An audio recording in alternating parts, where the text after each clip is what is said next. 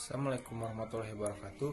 Pertama-tama marilah kita panjatkan puji dan syukur kepada Allah Subhanahu wa taala karena atas rahmatnya kita dapat mempresentasikan hasil kerja kelompok kami. Adapun topik yang akan kami bahas kali ini mengenai pola organisasi. Sebelumnya perkenalkan, nama saya Cesar Benugraha. Saya sebagai moderator dan adapun anggota kelompok saya, yang pertama Rehan Syah Rahman, yang kedua Nida Nur Afifah, dan yang ketiga Oktavia Hendrayani. Baiklah, kita mulai ke acara yang pertama, yaitu pembukaan. Marilah kita ucapkan basmalah bersama-sama. Bismillahirrahmanirrahim. Kemudian berlanjut ke acara kedua, yaitu penyampaian materi, yang dimana materi 1 dan kedua akan disampaikan oleh Rehan Syah, materi yang ketiga dan keempat akan disampaikan oleh Oktavia, materi yang kelima akan disampaikan oleh Nida. Kepada pemateri, waktu dan tempat dipersilahkan. Baik, susunan acara yang akan kita lewati, yang pertama pembukaan, yang kedua penyampaian materi, dan yang ketiga penutup. Adapun pada konsep yang akan kami bahas, yang pertama pengertian organisasi, yang kedua perilaku organisasi, yang ketiga pengertian lingkungan eksternal, keempat unsur lingkungan eksternal, dan kelima faktor lingkungan eksternal dan internal. Saya Rehan Syah Rahman. Di sini saya akan menjelaskan tentang pengertian organisasi. Organisasi adalah sebuah wadah atau tempat berkumpulnya suatu kelompok untuk bekerja sama secara rasional, sistematis, terkendali, dan terpimpin untuk mencapai suatu tujuan tertentu dengan memanfaatkan sumber daya yang ada. Pada umumnya, organisasi memanfaatkan sumber daya tertentu dalam rangka untuk mencapai tujuan seperti uang, mesin, metode atau cara, sumber daya alam, sumber daya manusia, dan sumber daya lainnya yang dilakukan secara sistematis, rasional, dan terkendali. Yang kedua adalah perilaku organisasi.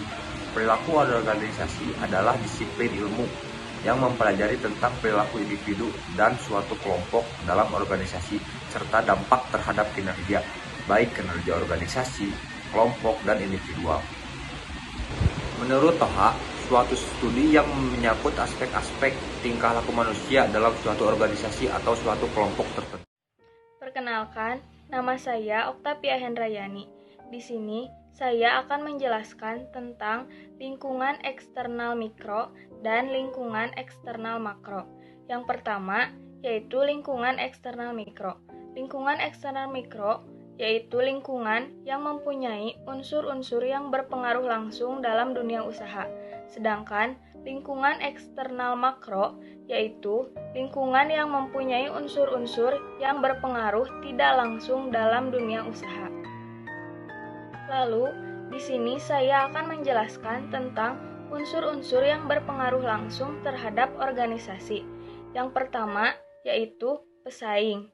Pemahaman terhadap lingkungan persaingan yang dihadapi akan membantu organisasi mengetahui posisi persaingannya sehingga organisasi mampu mengoptimalkan operasionalnya sehingga organisasi dapat memahami arena, sifat persaingan, serta kekuatan dan kelemahan para pesaing. Yang kedua yaitu pelanggan.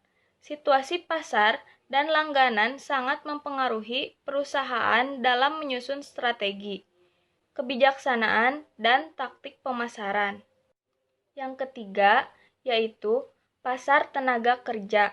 Tenaga kerja merupakan mitra strategis perusahaan karena dengan memiliki tenaga kerja yang terampil, perusahaan dapat melaksanakan aktivitas perusahaan dengan efisien dan mempunyai keunggulan dibandingkan dengan perusahaan lain. Yang keempat yaitu lembaga keuangan. Untuk memperluas usahanya, perusahaan memerlukan adanya tambahan modal dari pihak lain, yaitu lembaga-lembaga keuangan seperti perbankan, perusahaan investasi, asuransi, dan pasar modal. Yang kelima yaitu instansi pemerintah. Kebijakan instansi pemerintah sangat berpengaruh terhadap aktivitas perusahaan dalam banyak hal, seperti peraturan-peraturan, syarat-syarat berdirinya perusahaan, perizinan, perpajakan, pemberian pinjaman dari bank-bank pemerintah, dan pembatasan-pembatasan terhadap perusahaan untuk melindungi masyarakat dan lingkungan.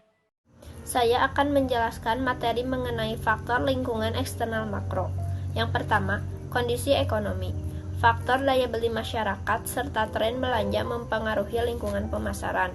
Yang kedua, ada kondisi politik dan hukum. Kondisi ini berkaitan dengan kebijakan pemerintah yang dapat membatasi kegiatan pemasaran, tetapi juga dapat dijadikan sebagai peluang. Yang ketiga, ada kondisi sosial budaya. Seorang pemasar perlu mengikuti kondisi yang terjadi.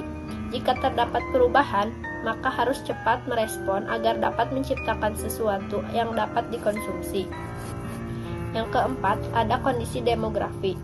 Kondisi ini berhubungan dengan kondisi penduduk, dilihat dari usia, jenis kelamin, lokasi, pekerjaan, persebaran kepadatan, dan indikator-indikator lain.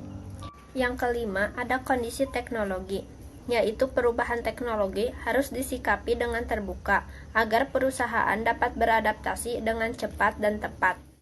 Materi selanjutnya yaitu lingkungan internal makro dan mikro. Yang pertama ada produk. Setiap perusahaan harus memiliki perencanaan yang baik dalam memproduksi barang atau jasa. Yang kedua ada harga.